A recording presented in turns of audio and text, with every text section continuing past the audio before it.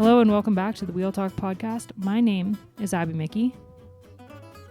The Tour de France Femmes avec Zwift is almost done and dusted, and I have one more bonus Director Files episode for you all from Shawn Clarke, director for Liv AlUla Jayco. Shawn's been amazing this whole tour, bringing us behind the scenes somewhere we don't normally get to go, in the team car. So massive thank you to Shawn for his insight and his stories. And one more stage of the Tour de France Femmes avec Zwift. Hey, Abby and the Wheel Talk podcast. Shawn here, just giving some thoughts after stage 7. I think it's, stage 7. Starting to feel a bit long, not because it's a super long race, but I think the last few days we've had big transfers before and after the stage. So it's just made the days feel a bit longer than they needed to be. But now we're in the same hotel for the rest of the race, and the stages aren't so far, so I think we'll settle in nicely for stage 8 and 9. Today we anticipated a big breakaway, and we got it. Unfortunately, our team wasn't in it. There's a few other teams that should have been in it who didn't make it in either, which just sort of shows the difficulty of this race. That I think if this was also a good race, but not the Tour, like Simac or Burgos or whatever, I think it would have been pretty easy to get in the break. But at the Tour, everything's hard. We missed it. A few other teams who should have been there missed it. So that was definitely debriefed. Today I started in car 2 with Wim, and we drove the first little bit, and then when it was clear that we weren't going to make the breakaway and the breakaway was going to stick, we drove up ahead, stopped, ate a little bit of lunch, talked to some locals, because wherever you stop there's tons of people and they all come over and talk to you. And luckily for me, I'm the only one in the car who speaks French, so I get to talk to all of them and answer all the questions, like what material our bikes are made out of, what material our rims are made out of, what material the spokes are made out of, do we have any bottles. These are kind of the main questions. So then we went ahead, and at kilometer 80 the road got a bit trickier, so then I swapped and did a little feed, handed out one musette, because today the feed zones were just in terrible locations and really hard to feed. So really only Jana could grab a feed bag from me. And then I jumped into car 1 with Jean and drove for him when we hit the hilly part, because it's just a lot more hectic with the riders, getting dropped and coming back on, and then directing our team from the car. You really want to be doing one or the other of those things. So he was on the microphone with VeloViewer running with all of our way markers, so he knows what's coming up, and we make little notes about what we want to say to remind us. We do that either in the recon or looking at Google Earth of the route, or Google Street View, I don't know what you call it. So and then I just got to drive, and I just got to try not to hit any cars or riders while they're coming through the caravan and we're going up and down mountains, which is sometimes easier than others. Saw a few close calls today. Luckily, all the drivers are pretty good. I saw Picnic get in a bad situation, which they did get a yellow card for, but I know the situation was bad. No one got hurt. They just had to take evasive maneuvers as a big pack came through on the left side of the road, and then they kind of got stuck in, which meant they had to reverse back onto the course, which is pretty dangerous. But I really don't think it was their fault. We were feeding just before that, and I saw the big group coming, and maybe I need to apologize to Silky, but I really rushed her because I knew that this big pack was coming back to rejoin the main group, and I knew that it was going to be chaos. I rushed her a little bit there, but she got the bottles away and whatever. And then, that pack came through the caravan right as we hit a narrow town. Just was a bit hairy for a moment. But, I don't know why the commissaires didn't barrage us at that moment. And the commissaires have been a bit weird at this race. usually when you get to bigger races, they become a lot more strict and a lot more controlling. Whereas in this race, they really seem to let things go. So there's a lot of bringing dropped riders back into groups, and we've even seen a few times groups getting motor pace back, and both of those things usually don't happen super often, but I guess they know that the course is really hard. So I don't know if the ASO's given them a talking to allow when riders are out the back, that they're allowed a little bit more help than normal.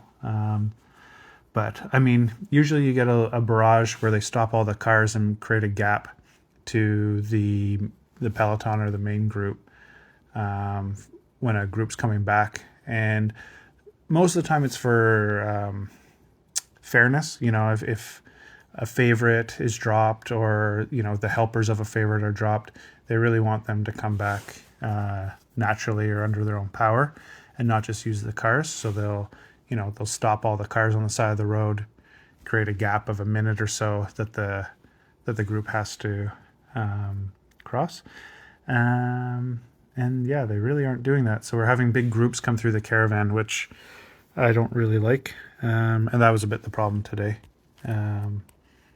But yeah, I mean, it is what it is, and everybody's a good driver, so it's really not a problem. And the riders are way more calm around the cars than the cars are around the riders. But yeah, it is kind of fun that we have the two cars in the race. And every day we sit down and figure out what we're going to do, because it's a bit of a balance of sending one car up the road to support the breakaway. If we get a breakaway up the road, that car can just slot in behind. We don't have to try to cross through the whole peloton with the car that starts behind. But then also, if we have dropped riders, then they're behind the race unsupported. So for example, tomorrow it starts with a Cat 1 climb. So, if we have riders who move forward and are in the breakaway, we want the second car to be there to support them, because it's going to be a hard, big day. But we also know that some of our sprintier, faster riders probably aren't going to crest that Cat 1 with the front group. So we want to support them to get them through the day with water and wheels and bikes if something happens. And then the car 1 will follow the main peloton to support our GC or stage winning goal riders. So we kind of have to balance that car 2 about whether we support the break or whether we support those dropped riders. And every day it's a bit of a balance of where we stop that second car, let it go forward, see if the break goes. But then also that second car can be a feed spot, so it relieves a bit of stress on the soigneurs of how many stops they have to do and how hard they have to drive to get to their next stop. So that second car is really useful, but it's a bit of a balance of where to use it and how to use it. And, you have to a little bit predict the future. If somebody's dropped and they don't have a flat and they can get bottles at all the feeds, they actually don't need that car. So you can't predict whether they'll get a flat or not. So yeah, that's kind of how we're looking at car 2. For those who are interested. And I think tomorrow is a big day, and Sunday is also a big day. So we're going to learn a lot tomorrow. I think a lot of the GC is going to come down to tomorrow, and I think there's a lot of big riders who haven't really moved too much and are keeping their powder dry and saving all their energy for that Col de Madeleine tomorrow. So I hope the listeners find the day exciting, because I'm certain that it will be. And I'll say bonne nuit and talk to you later.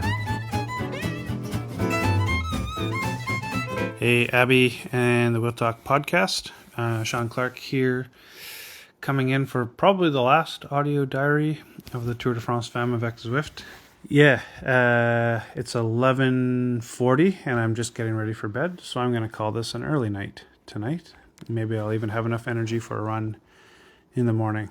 I'll set the alarm and then we'll decide in the morning. So, spoiler alert, probably won't run. Today, we were hoping to get in the break of the day. So I parked on top of that first hill, ready to jump in behind and support one of our riders who was in there.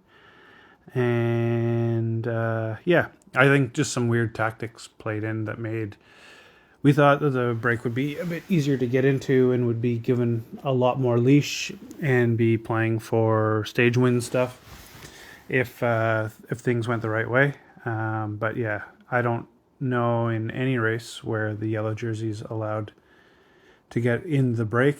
So yeah, some weird stuff happening at the start of the race, and some riders that clearly still have a lot of legs because they were able to make it. But yeah, never really given a lot of room to move. And I think I'd have to look deeper, but it seems like the big winner of that break is Liv Fisher-Black from Trek. That was a cool move to get in and really helped her start that climb earlier, and she moved up. So that was great for them. But then, yeah, a few weird things that we saw where, I just don't really get why everybody was trying to get in there, who was trying to get in there. But anyways, it was fine for us because we didn't get in, but then in the end, it wasn't a stage-winning break, so our goal was to get in to win a stage, and then whether we were in or not, that wasn't going to happen. So for us, it actually didn't really matter. But then I didn't jump in behind the break because we weren't there, so I just sat for a bit longer and jumped in at the end after everybody had gone through. And man, there were some hurting buckaroos. Starting on a Cat 1 climb is pretty tough. And actually, everybody in the car with me, went through the neutral, and it started climbing before kilometer 0, and it must have been 8% before they even hit kilometer 0, and then it just kept climbing. So I think stage 8, there's some hurting legs and some people running out of energy, and then they probably were hurting before the real race even started today, which is, yeah, probably not the best place to be. And I think just if you weren't a climber, it was probably just a really hard day. Yeah, we were picking up groups and coming over the climb and after the descent, trying to figure out where all of our riders were.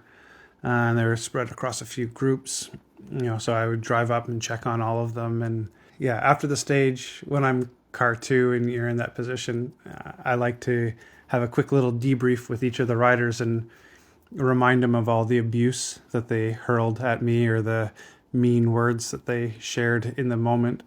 And I think it's just a nice little way to have a laugh after the stage, because they're definitely deep in the hurt locker when I came up on them. Thankful to get bottles and a little bit of help. But yeah, definitely some pain and not the friendliest dispositions. So that's always kind of fun when you're sitting in the car with air conditioning on, fresh and cool, just coming up and seeing how they want to go, and they tell you where to go. And then so basically all those groups finally came together into one big group off the back, which is the best situation for everybody.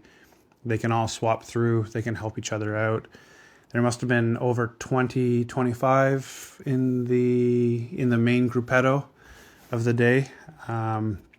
And what we were doing was just making sure that they weren't falling too far behind that main peloton, because that last climb is so hard that we figured they would lose 25 to 30 minutes on that last climb, so that they had to start kind of around 15 minutes because time cut today was going to be around 45. So it's pretty loose math, because it all depends on how the racing works and how fast the peloton goes and what the winning time is. There's a range where you're just like, oh, it's starting to get dangerous, and then there's a range where you're like, oh, we're probably okay. So we were just keeping an eye on that most of the day. And not every team had a car back there, because some teams were in the breakaway and some cars, I don't know where they were. So yeah, you tend to give out a lot of help to other riders, especially on the climbs. For example, today, Laboral, one of their bikes just stopped shifting. So, we had just finished feeding Ruby, and we were up there, and she was looking around and not able to keep up. So our mechanic hung out the window, started looking at things. She was Spanish, he was Italian. They were able to communicate pretty well. And we thought we were going to have to put her on one of our spare bikes for a bit. And then somehow they got it working again. So she was pretty happy. And then like 2 minutes later, her team car showed up. So obviously they were helping a group just ahead at that moment. So that was good. Gave out a ton of bottles to riders who either didn't have their team car there or their team car was further behind. So probably the Swannies tomorrow will have a bit of a word with me with how empty the cooler is, how many bottles they have to make on the last day. But it's all part of the game back there. You know, no one's winning or losing the Tour de France because of a little bit of extra help when you're in the gruppetto. So, you know, when we have riders back there, we're under the assumption that other teams will feed them, and if they have a flat, you know, switch a wheel for them. It's always better to cover your team for you so you know for sure that it happens, but there is a bit of a, you know, unspoken rule where everybody in the gruppetto gets helped along, and if they're having a hard moment, there's a lot of grace given from the commissaires to get them back in the group, just to get them to the finish. I mean, there are limits on everything, but ultimately you want everybody to zip along and have a good day. So then on that final climb, our riders were actually some of the fresher ones in the group, and they zipped up there out of the gruppetto, and I was kind of just stuck in traffic. And you know, people are just trying to get to the finish in that group, or maybe they're suffering, maybe they've got an injury, maybe they're a bit sick. So I don't really like to slap chop my way through people too much. So I actually wasn't really able to service our riders too much on the climb. I just kept an eye on the once Pauline won, which was pretty incredible for France to have a French rider in the yellow and looking pretty good going in the last stage. That was cool. But once she crossed the line, you can start doing the calculations of what the actual time gap was. And I don't like to overwhelm the riders, but you know, at 5K out, you just let them know how much time they have to play with. Maybe 3 or 2K out, and then with the last K, just let them know that they're doing okay or not. So I just did that. Saw Jana because she was in the front group. She had a great day, and then I think she paid for it a little bit on the climb. So she came out of that front group, came through our group, and was out the back a little bit. So I helped her just stay motivated, and pointed out some cows and some vistas for her as we talked through the window, just to keep her mind occupied. It was beautiful where we were, a really nice mountain.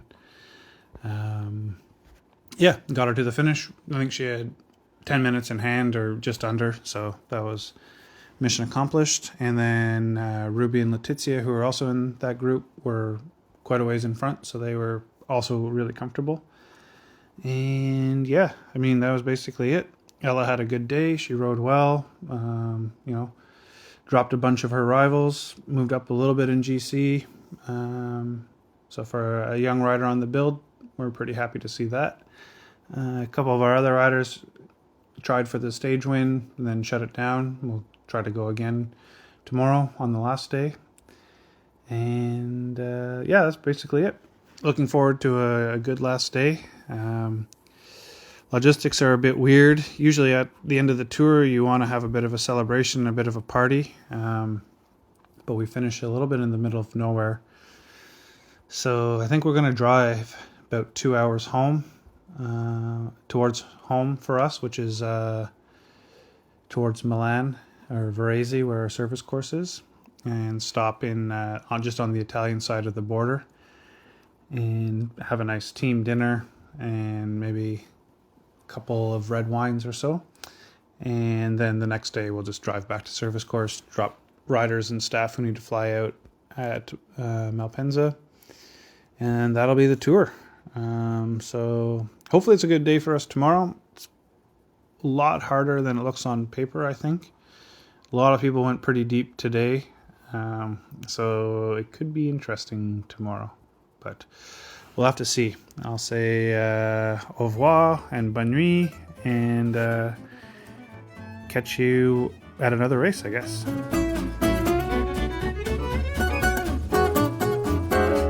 Thank you so much for listening to this bonus episode and the others as well. While I've been home from the Tour de France Femmes avec Zwift, now handing the mic back over to Georgie and Matt on the ground at the 9th stage of the Tour de France Femmes avec Zwift, the final stage. And we'll be back with one of our regular scheduled episodes with Gracie and Lauren and Georgie and I next week.